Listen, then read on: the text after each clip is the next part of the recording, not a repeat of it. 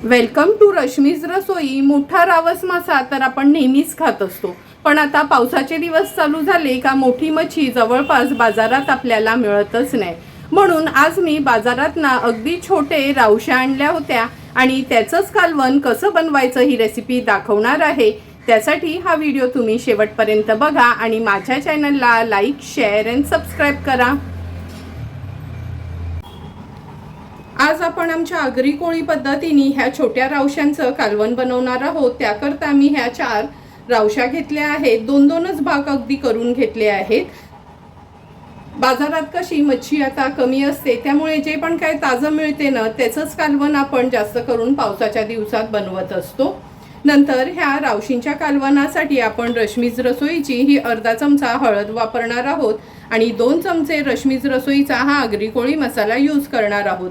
जर तुम्हाला रश्मीज रसोईची ही सेलमची हळद, आगरी कोळी मसाला, मिरची पावडर, धनाजिरा पूड किंवा गरम मसाल्याची ऑर्डर द्यायची असेल तर नक्की मला कमेंट करून सांगा। घरपोच तुम्हाला हे मसाले अवेलेबल होतील। नंतर ह्या कालवणासाठी आपण वाटण तयार करणार आहोत। त्याकरता मूठभरच कोथिंबीर घेतली आहे, 3 ते 4 हिरव्या मिरच्या, 10 ते 12 लसणाच्या पाकळ्या, आल्याचा तुकडा। आपण हे खलबत्त्यात वाटण चेचून घेऊ शकतो किंवा मिक्सरला थोडंसं जाडसरच फिरवून वापरू शकतो। खोबरं न वापरता हे आपण आज कालवण बनवणार आहोत। चमचाभर चिंच मी ही अशी पाण्यात भिजत ठेवली आहे आणि चवीप्रमाणे मीठ यूज करणार आहोत।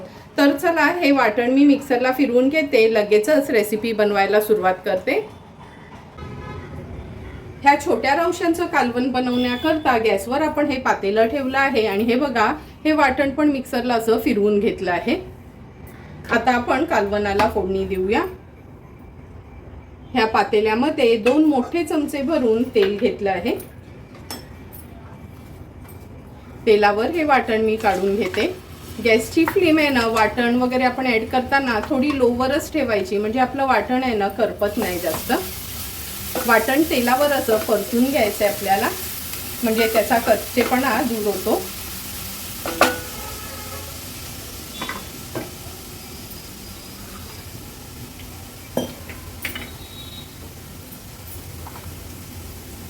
आता आपण ह्याच्यामध्ये अर्धा चमचा हळद घालणार आहोत। 2 चमचे रश्मीज रसोईचा हा आगरी कोळी मसाला यूज करणार आहोत। हळद मसाला तेलावर थोडासा परतून घ्यायचा आहे। गॅसची फ्लेम मी लोवरच ठेवते।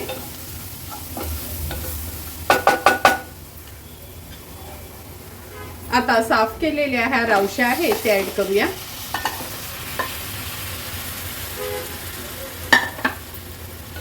व्यवस्थित मसाल्यामध्ये ह्या कोट करून घ्यायच्या आहेत आपल्याला। जोपर्यंत मच्छी शिजत नाही ना तोपर्यंत आपण ह्याला असं हलवू शकतो। एकदा का ह्याच्यात आपण पाणी ऍड केलं किंवा मच्छी शिजली का त्याला खूप ना असं कालत्याने किंवा पळीने हलवायचं नाही, नाहीतर लगेचच तुकडे आपल्याला तुटल्या जातात। आता गरजेप्रमाणे पाणी ऍड करूया। ह्या मिक्सरच्या भांड्यातच पाणी घेतलं आहे मी, म्हणजे आपलं वाटण वेस्ट जाणार नाही। आणखीन ग्लासभर पाणी मी ऍड करते, कारण का आज हे पातळच कालवण आपण करणार आहोत। व्यवस्थित मिक्स करून घ्यायचे।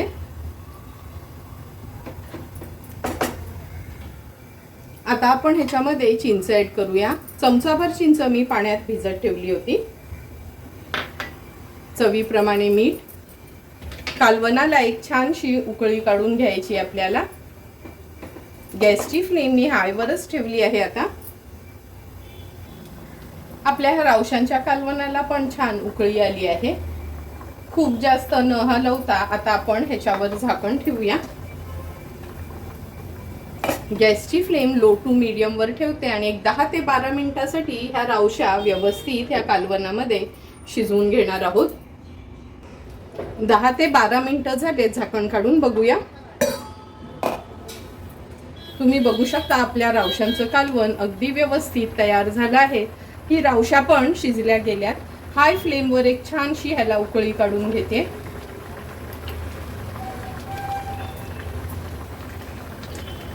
कालवणाला पण छान उकळी आली आहे। आता झाकण ठेवते आणि गॅसची फ्लेम स्विच ऑफ करते। थोडीशी वाफ कमी झाली की झाकण आपण उघडून बघणार आहोत। 2 मिनिटं झाली आहेत. हे बघा, कालवणाची वाफ पण थोडी कमी झाली आहे. सुंदर असं आपलं ह्या छोट्या रावशींचं कालवण तयार झालं आहे. आता ह्याच्यावर थोडीशी कोथिंबीर स्प्रिंकल करते आणि एका सर्विंग प्लेटमध्ये हे कालवण सर्व करून घेते.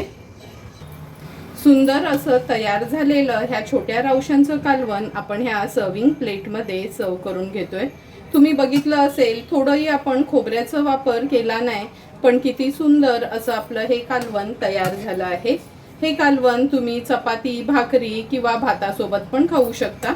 तुम्हाला पण जर मी बनवलेलं ह्या अगदी ताज्या रावशांच्या कालवणाची रेसिपी आवडली असेल तर तुम्ही पण माझ्या पद्धतीने एकदा तरी ह्या छोट्या रावशांचं कालवण घरी ट्राय करा आणि मला कमेंट करून सांगा की तुम्ही बनवलेलं हे रावशांचं कालवण कसं झालंय ते.